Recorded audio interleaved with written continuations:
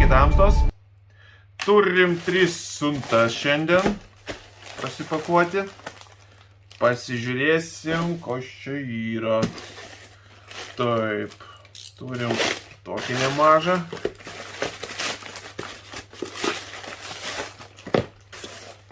Kažkas neiškaus, net pats neįsivaizduoju, kas čia gali būti.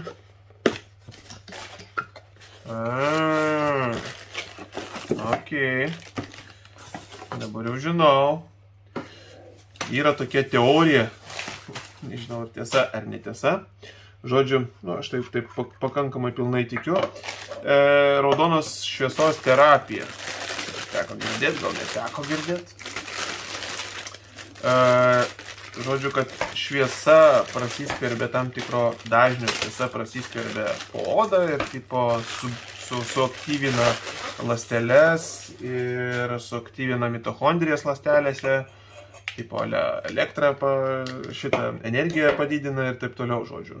Daug labai yra medžiagos apie tai, daug tyrimų daryta iš tikrųjų, tokių pakankamai rimtų tyrimų ir iš tikrųjų pakankamai viskas atrodo įtikinamai. Aišku, tos kainuoja pakankamai daug visos lempos, tai aš nutariau susirasti AliExpress'e ir pasižiūrėti, kaip čia tas visas atrodo. Čia kainavo gal 15 eurų, labai pigiai. Aš turiu kitą gerokai brangesnė, gal 50 eurų, ten galingesnė, čia tokia lengva ir pakankamai lengvai montuojama. Man pakankamai minusas buvo su ta didesnė, už tai, kad jinai sunki ir ją sunku kažkaip prisitaikyti, nes reikia į tam tikrą vietą nukreipti ir pakankamai iš mažo atstumo šviesti. Tai aš esu prisimontavęs, jeigu įdomu apžvalga bus tos lempos didesnės, duokit žinot, tai čia aš pakankamai neblogai galiu visur ją primontuoti. Visai neblogai atrodo. Ok. Užskaitom. Gerai, ką, bandom įsijungti, pasižiūrėsim, kaip šviečia. Gerai, kad turiu elektros netoli.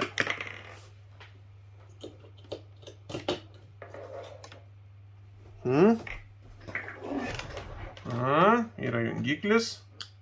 Pum, pum. Gal kažką blogai įkišau.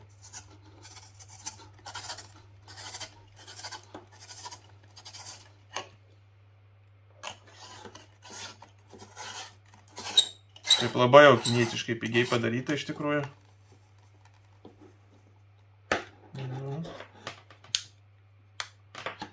Kol kas nieko.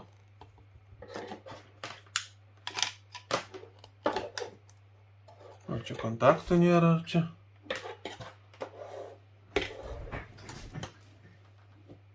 Elektros turim.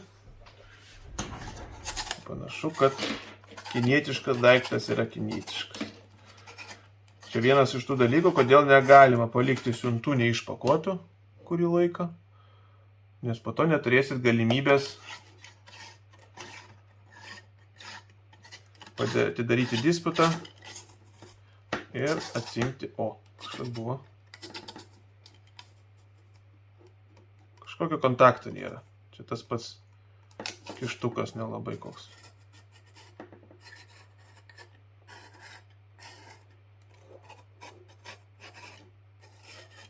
Tai kur tas? Šviesa man raudona.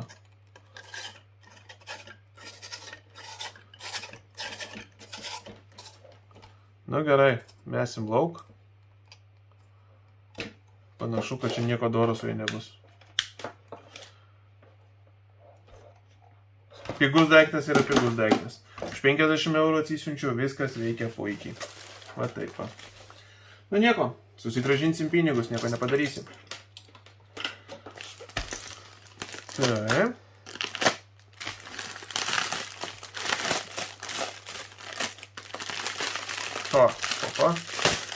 Čia man jau asmeninis daiktas.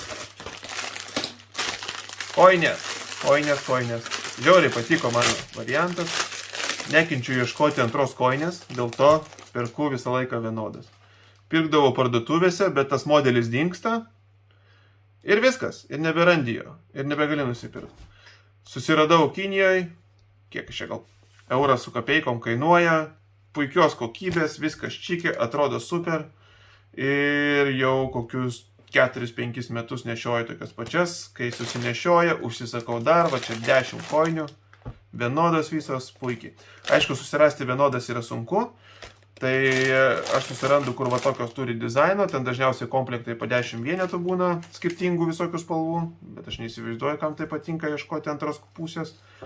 Tai aš parašiau kiniečių, sakau, davai man atsiųsk visas vienodas, va tokios, jis parašė OK ir atsiuntė visas vienodas. Puikiai. Super. Iš tikrųjų labai, sakau, geros koinės, rekomenduoju. Šiaip dabar kol kas nuorodų neplanuoju kelti po video. Jeigu kažkokios nuorodos nerandat, kažkokio daiktas yra įdomus, parašykit komentarą. Aš tikrai surasiu ir įdėsiu to daikto nuorodą į komentarą. Arba po video.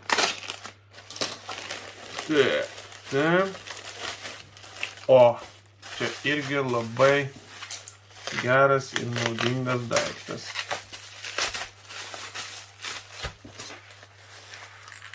Ypač šiais laikais, kai visi dirba iš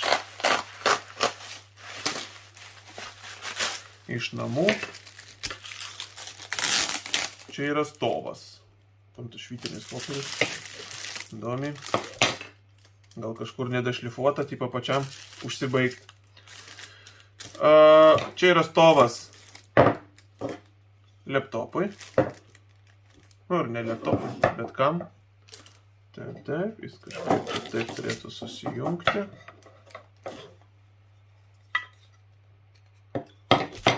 Čia dar taip nenori lysti. Tam turbūt ir švyterinis popierius. Nu jo, čia taip nenori. Gal ir gerai, aišku, kad nenori. Lengvai neišsims. Nu super. Nu, tarkim taip. Tai va, iš esmės, čia yra tokia kaip ir bazė. Vienas iš dalykų galima truputį sumažinti. Ne? Ir galima naudoti, tarkim, telefonai. Galima apačioje laikyti klaviatūrą. Ne? Kai reikia. Išsiėmė ir dirbi savo. Tai gal ir nieko. Čia aišku pritaikyta yra mažai klaviatūrai, ten nuo kokio meko. Tada jinai turi tokį išsikišimą, tai čia labai gražiai užsifiksuoja, viskas ok. Tai va, bet iš esmės, kodėl aš pirkau? Tai aš pirkau laptopikui. Tai pirmas dalykas, va tokiam va, turiu 13 colių, superinis laptopikas, čiuk. Labai puikiai. Galima dirbti taip.